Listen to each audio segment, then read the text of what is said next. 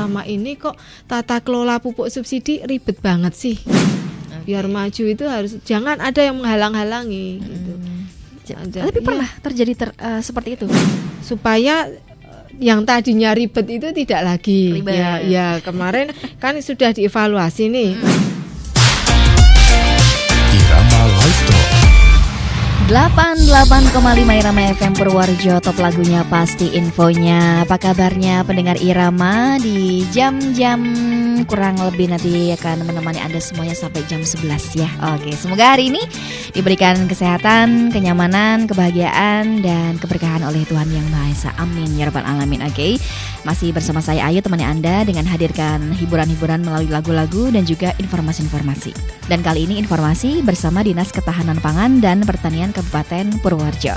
Dan artinya saya tidak sendiri di sini ya. Bersama narasumber kita ada Ibu Feptori Setio Harsanti SPMMA. Mungkin kita sapa dulu dong ya sebelum kita ngobrol-ngobrol lanjut ke depan begitu ya. Oke, gimana kabarnya Bunda Santi ataupun Ibu Santi? Iya, halo Mbak Ayu, lama tidak ketemu ya. Ya, alhamdulillah sehat. Jumpa lagi. Ini mungkin selain dari suara juga bisa lihat langsung ya ini ya. Oke. Betul. Tapi saya nggak bisa lihat ini apanya, wajahnya dulu. Wajahnya dulu. Dan teman-teman kita tentunya Mbak yang di lapangan yang lagi mungkin pulang dari sawah ini ya, petani-petani kita ini ada yang baru panen, ada yang mungkin sebelah utara sebagian tanam itu Mbak. Iya. Berarti nanti diajak dong ya. Iya, nanti harus lihat ya informasinya nanti bersama saya di Irama FM YouTube-nya begitu. Iya, besok kita jadwalkan seperti itu ya, harus diingatkan. Iya, kalau misalnya Bunda Santi mau gitu on air, ini lihat langsung gitu. Asik. Oke, terima kasih Bunda Santi. Tapi alhamdulillah baik hari ini ya. Iya, alhamdulillah baik, sehat Mbak Ayu. Mbak Ayu sehat ya, tambah ceria. Harus ceria dong. Iya. Maksud nanti saya menerima Bu Santi gitu kan? Iya. Cemberut. Oke, terima kasih buat Anda mendengar Irama FM. Kita akan membahas terkait kebijakan Kementan pasca Perpres 6 2000. Kalau 6 itu berarti nomor 6 ya. Iya. Nomor 6 2025 tentang tata kelola pupuk bersubsidi itu seperti apa begitu ya. Oke, karena memang kemarin sempat rame-rame terkait pupuk bersubsidi. Nah, ini informasi pas banget nih sekalian ya, nanti disampaikan dari Dinas Ketahanan Pangan dan Pertanian Kabupaten Purworejo. Untuk mengawali jumpa kita kali ini mungkin bisa melatar belakangi terbitnya Perpres nomor 6 ini 2025 tentang tata kelola pupuk bersubsidi itu seperti apa dan lain sebagainya, silakan. Iya, betul Mbak Ayu, ini pupuk bersubsidi mungkin banyak yang sudah tahu ya, barang subsidi pemerintah mengatur seperti itu karena memang ini uangnya itu uang anggaran gitu ya, anggaran negara. Jadi harus pelaksanaannya dari perencanaan, pelaksanaan sampai evaluasi itu benar-benar harus ketat, tertib gitu. Nah, ini ada peraturan ini. Justru Pak Presiden langsung ini Perpres melihat dievaluasi selama ini kok tata kelola pupuk subsidi ribet banget sih gitu.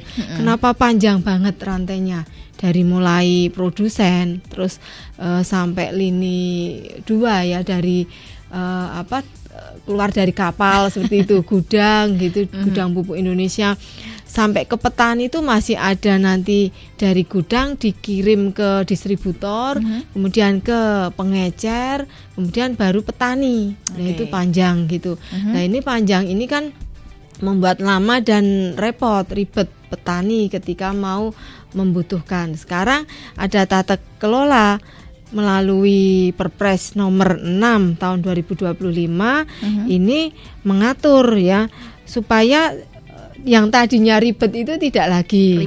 Ya kemarin kan sudah dievaluasi nih, adanya regulasi berlapis dan kompleks itu menambah biaya, jelas nggih. Kemudian yang kedua rantai tadi birokrasi, saya sempat sampaikan itu hulu sampai hilir dari pabriknya sampai ke petaninya itu panjang banget, ribet. Kenapa bukan kalau dari swasta gitu ya, pupuk yang non subsidi itu kan dari pabrik paling langsung distributor, langsung ke pengecer atau langsung ke konsumen, itu bisa lebih cepat. Kemudian kondisi petani ini banyak yang mengeluh kok sekarang dirasa lebih lebih ribet, lebih bahasanya itu menyulitkan petani, ngel-ngel petani gitu ya. Dirasa Kami yang petani merasa wah ini ngel gitu ya. Iya, kok pakai kartu tani lah, pakai KTP.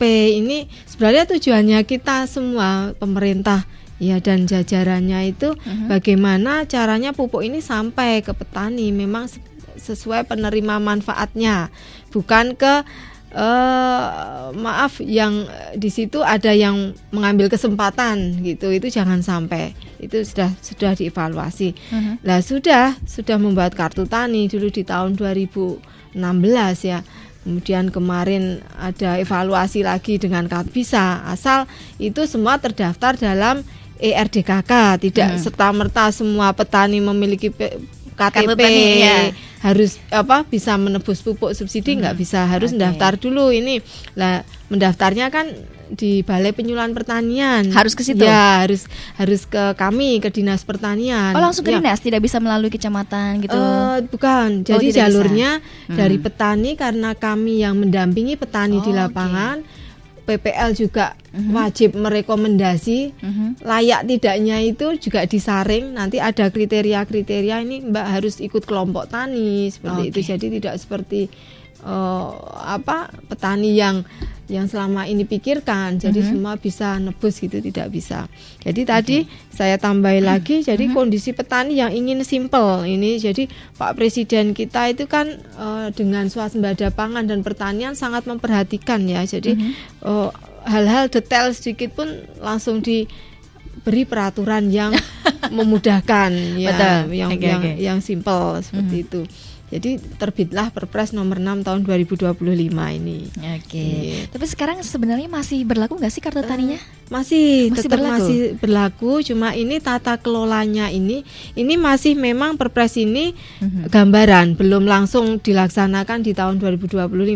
Masih ada distributor dan pengecer yang disebut KPL ya, kios pupuk lengkap di situ, itu masih berjalan tetap. Cuma nanti pendistribusiannya ada yang dipotong ini di distributor. Jadi nanti dari Pupuk Indonesia langsung ke pengecer. Pengecernya nanti bisa pengusaha, pelaku usahanya itu KPL, bisa nanti gabungan kelompok tani, gabotan yang tingkat desa, atau kelompok tani itu monggo nanti bisa ada syarat-syaratnya tentunya. Bisa mengajukan ini permohonan kalau memang usahanya mau di bidang pupuk, pemasaran pupuk. Juga sekarang ada koperasi Desa Merah Putih nih. Kalau kemarin gencar-gencarnya sudah berjalan belum sih ya? Ini sudah baru berjalan ya? Proses ini ya di notaris itu ya sampai Kemenkumham. Jadi nanti setelah itu bentuk usahanya apa sudah jelas, nah itu bisa nanti salah satu usahanya sebagai pemasar pupuk bersubsidi seperti itu. Pupuk ini walaupun hanya sekedar pupuk, tapi bukan hanya lagi, ini paling penting gitu ya, karena memang pokok untuk menunjang kesuburan bahan pokok yang kita makan seperti padi begitu ya. Kalau misalnya pupuk subsidi hancur.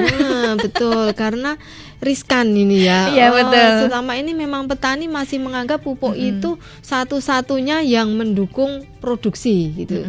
Meskipun kenyataannya banyak pengaruhnya. Saya sering menyampaikan masalah mol pupuk organik gitu ya. Itu tapi selama ini yang dirasa instan dan berpengaruh secara signifikan itu memang pupuk ya, selain air atau yang lain gitu ya Mbak.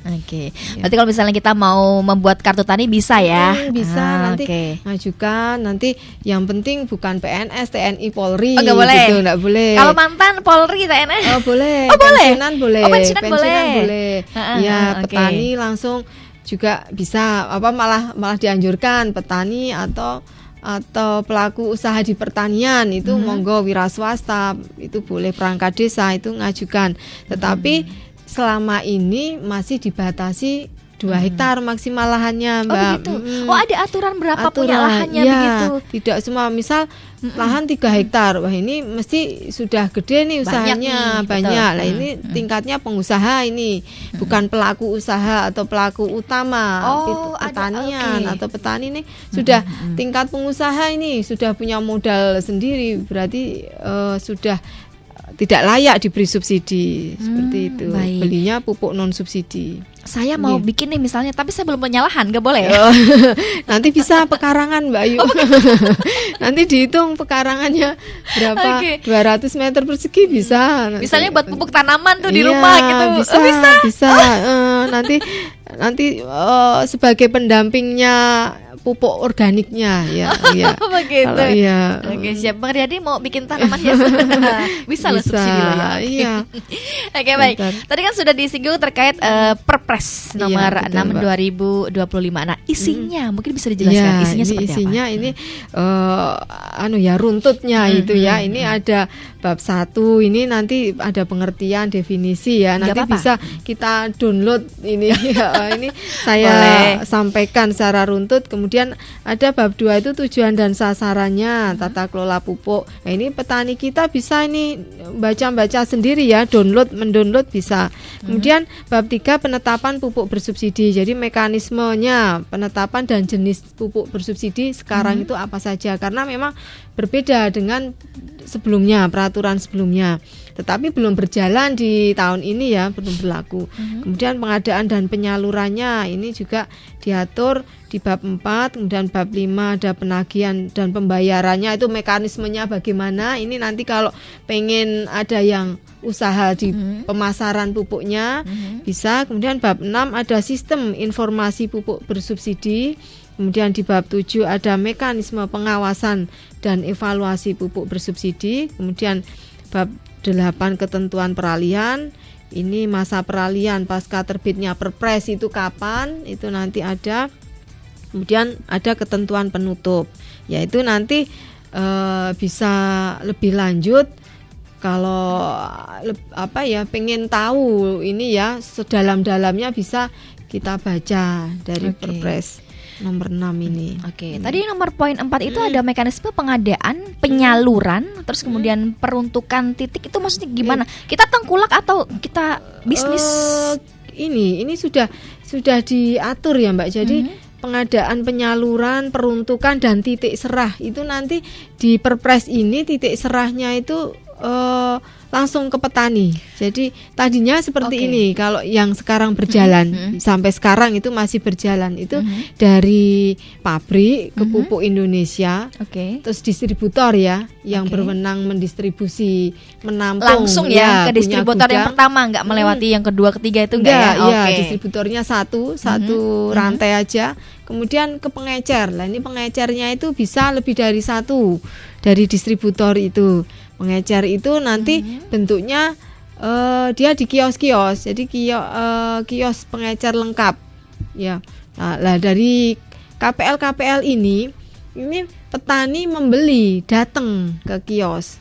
Kios pertanian datang dengan membawa kartu tani.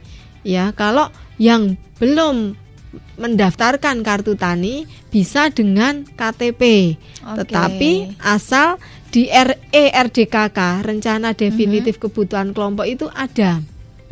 Ya, jadi misalnya RDKK Kutoarjo nih, di situ Mbak Ayu nggak ada namanya di situ. Tetapi Mbak Ayu mau membeli dengan KTP itu tidak bisa. Ya, belum jadi terdaftar belum terdaftar.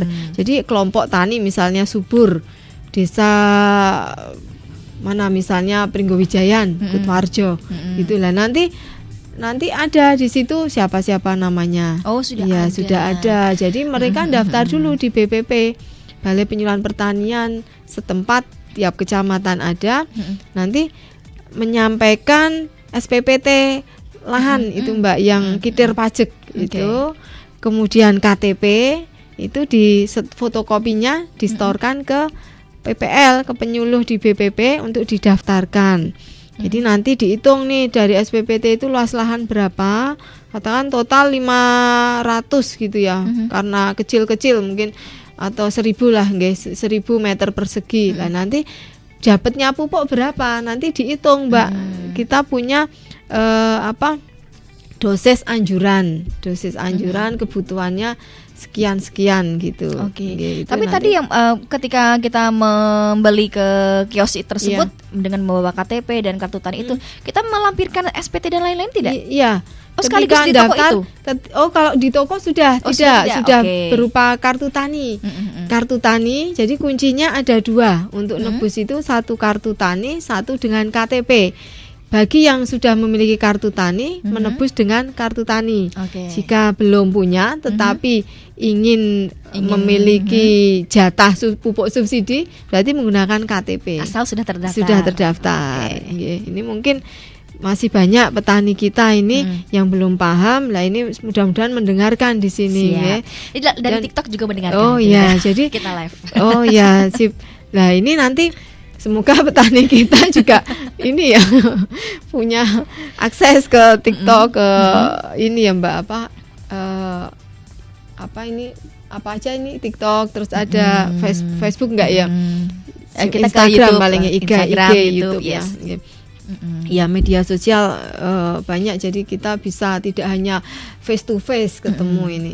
Nah itu Mbak, petani kita banyak yang belum tergabung kelompok tani. Nah ini masih ngeyel, ini saya butuh pupuk, butuh ini, harus gabung kelompok tani. Kenapa harus tergabung kelompok tani? Nah ini kan sebagai kelasnya di situ ada wahana belajar, wahana pertemuan, ya saling bertukar informasi, memberikan solusi apa masalah itu kan di kelompok tani. Jadi kita anjurkan melalui kelompok tani ini petani itu bisa maju gitu dengan teknologi yang sekarang mereka tahu gitu.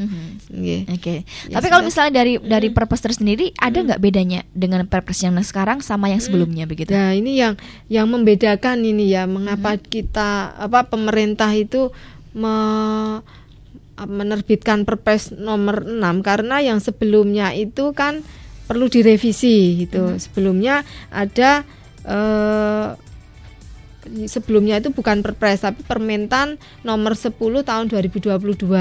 Itu jadi kemudian diperbaiki dengan Perpres nomor 6 ini. Lah yang sebelum Perpres nomor 6 ini sasarannya 6 tepat ya, tepat waktu, jumlah, tempat, harga, jenis dan mutu. Jadi waktunya itu ada disesuaikan waktu tanam, musim tanam 1, 2, 3 seperti itu ya, itu sudah jelas. Kemudian jumlahnya ada, dosisnya berapa, tempat ada, harga ada, jenis ada, mutu. Lah yang membedakan dengan yang Perpres sekarang itu ada 7 tepat ya, yang beda itu penerima. Lah penerimanya itu langsung ke petani. Nah sekarang kan masih ribet gitu ya, petani yang di maksudnya mereka harus butuh KPL gitu, atau butuh distributor. Kalau besok sudah bisa langsung petani, setelah pupuk Indonesia distributor petani, atau bahkan mungkin pupuk Indonesia langsung ke salur ke petani. Kemudian ini penerimanya itu dulu petani sama lembaga masyarakat hutan ya, itu yang tergabung dalam Poktan. Tapi sekarang petani, kemudian ada tambahan pembudidaya ikan yang tergabung kelompok tani ikan. Pupuk buat ikan. Iya, itu ikan ini ternyata setelah diteliti tetap butuh nitrogen, butuh pengurai. Di situ jelas nggih lingkungan. Ikannya dikasih pupuk. Airnya bisa. Iya, airnya nanti dilengkapi dengan itu kan sumber mineral ya pupuk itu. Jadi ikan nanti mineral itu bisa ini secara tidak langsung ikan itu kan makan lumut, makan yang hijau-hijauan di kolam itu ya. Itu dengan memberi pupuk itu juga tambah subur lumutnya, gitu. Tambah hijau. Berarti dikasih airnya. Ya, airnya. Nanti dia ikannya lebih banyak tersedia pakannya. Oh, itu tidak berpengaruh racun ya? Tidak, karena setelah diteliti sudah unsurnya ini unsur yang ini memang ramah gitu, ramah bukan yang pestisida, bukan racun ya, karena pupuk gitu ya. Ya, berupa itu. Ini bedanya yang sekarang ini siap-siap nih pembudidaya ikan bisa besok majukan kartu tani. Ya. Double ya, bisa buat ikan bisa. Tapi ada aturan nggak, misalnya ini saya buat ikan, buat apa dulu gitu, tanyain enggak? Ada. Nanti SPPT-nya ada yang sawah, ada sendiri, ikan sendiri. Ya, ada yang hutan, pekarangan. Nanti yang pekarangan ini biasanya untuk kolam berapa luas itu nanti kita beri pupuknya berapa. Lah ini nanti aturan berapa ukurannya itu nanti ada di perpresnya itu. Ukuran ya. Kemudian yang dulu itu yang subsidi hanya urea, NPK sama pupuk organik. Tapi kalau besok ada urea, NPK, organik. Nah, ini tambah SP36 dan ZA.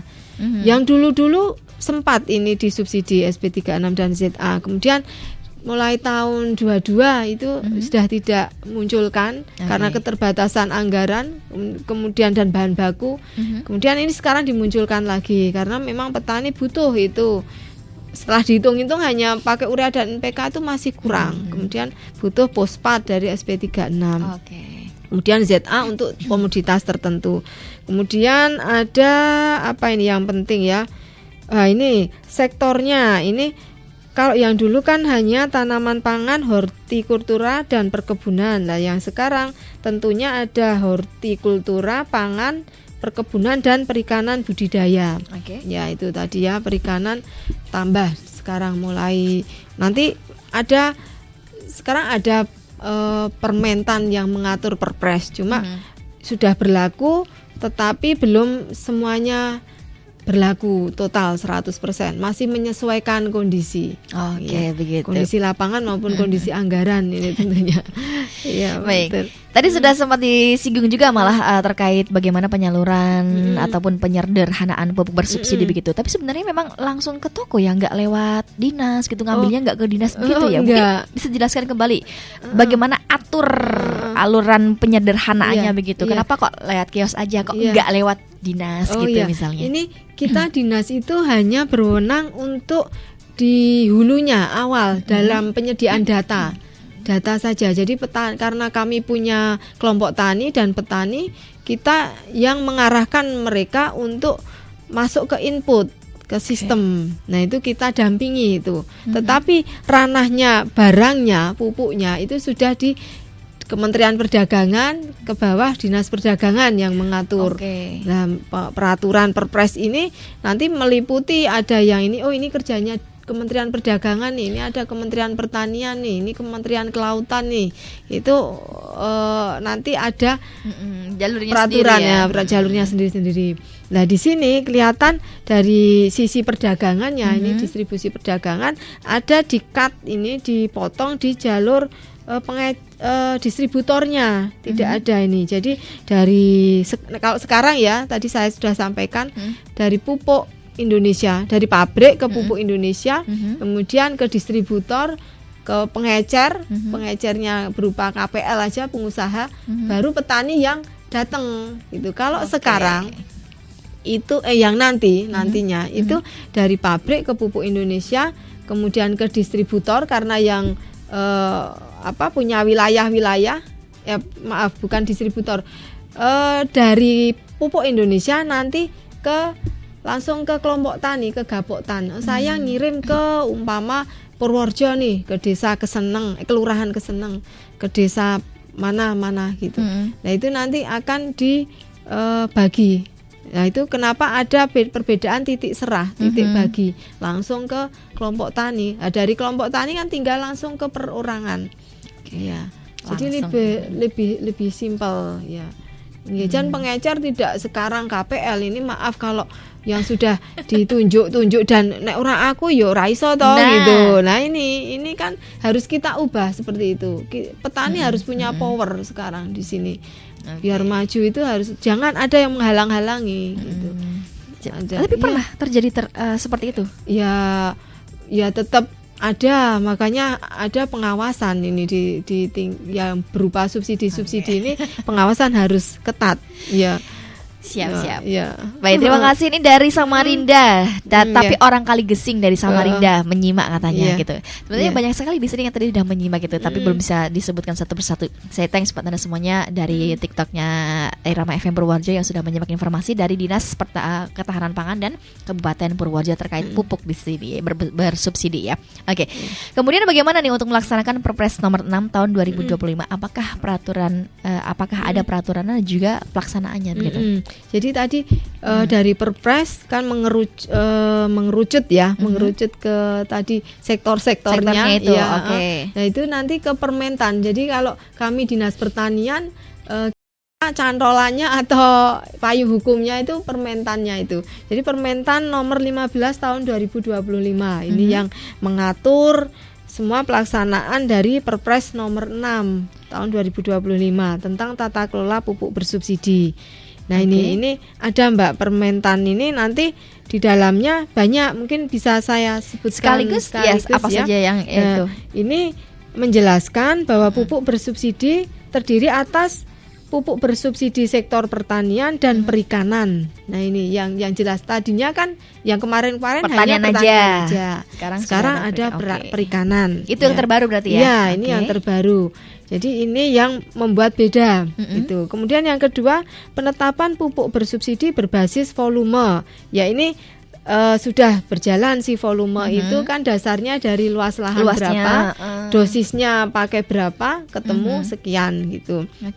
Kemudian sasaran penerima pupuk bersubsidi sektor pertanian terdiri atas petani yang melakukan usaha tani subsektor tanaman pangan, hortikultura, perkebunan dengan lahan paling luas 2 hektar setiap musim tanam. Berarti lahan yang didaftarkan tuh harus 2 hektar maksimal setiap musim tanam. Iya. Kalau tidak musim berarti tidak bisa. Jadi gini, kalau saya umpama punya 2 hektar, saya tanam padi nih 3 kali terus, berarti saya jatahnya lebih banyak. Jadi setiap 2 hektar saya dapatnya, berarti kalau umpama dosisnya saya pakai 225, dapatnya 450 ya, urea 450 urea setiap musim.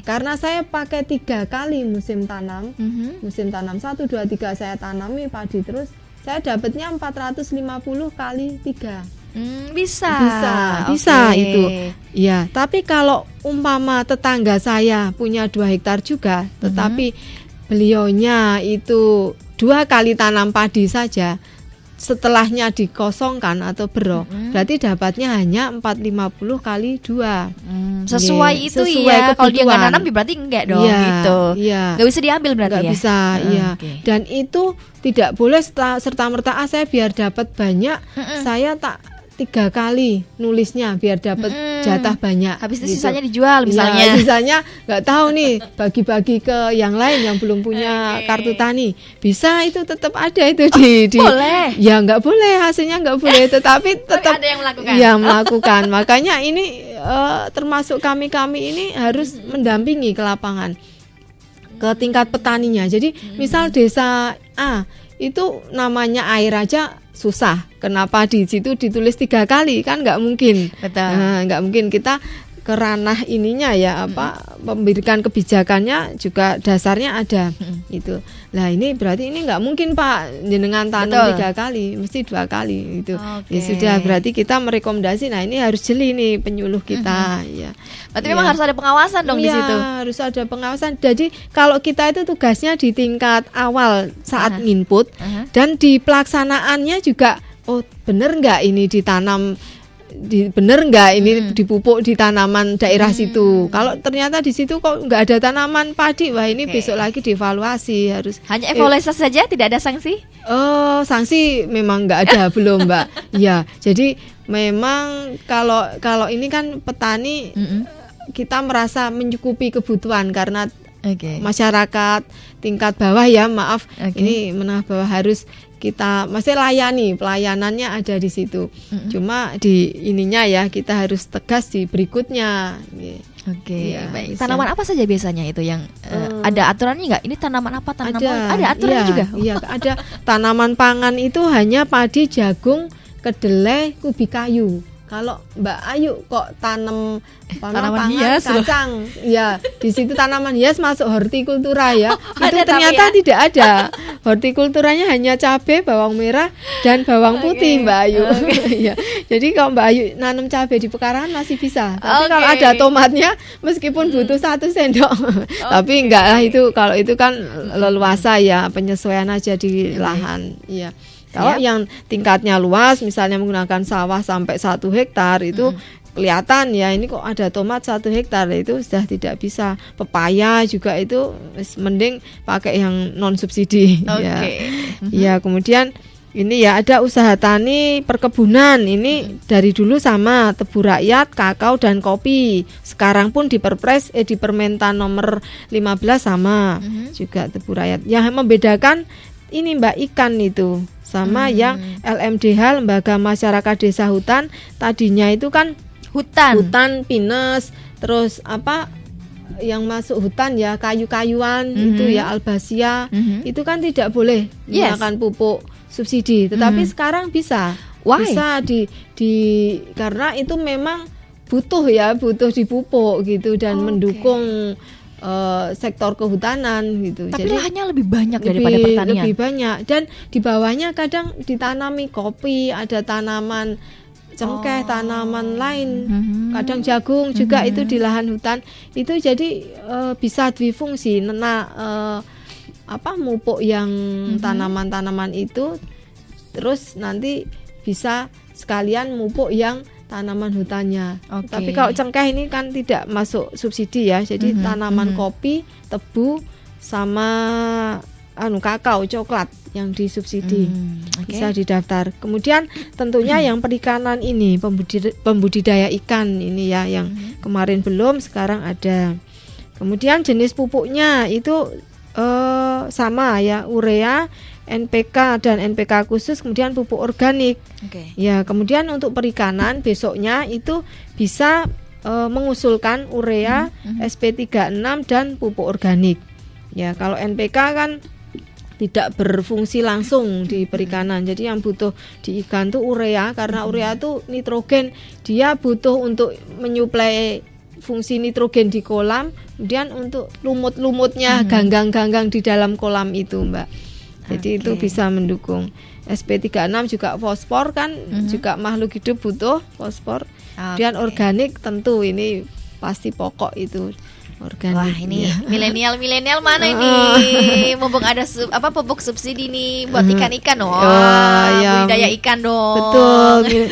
Kita sekarang itu sebenarnya jaga ke milenial ini, petani milenial itu gengsi kan sih ya mungkin sekarang. Sebagian gengsi, tapi kalau yang punya usaha entrepreneurnya luar biasa, jadi satu-satunya mata pencaharian yang menghasilkan, Mbak, ini. Betul. Sekarang gengsi, besok nyesal, yakin. Iya, betul. Ini makanya semangatnya ya, harus PR kita juga dari dinas untuk menumbuhkan petani milenial.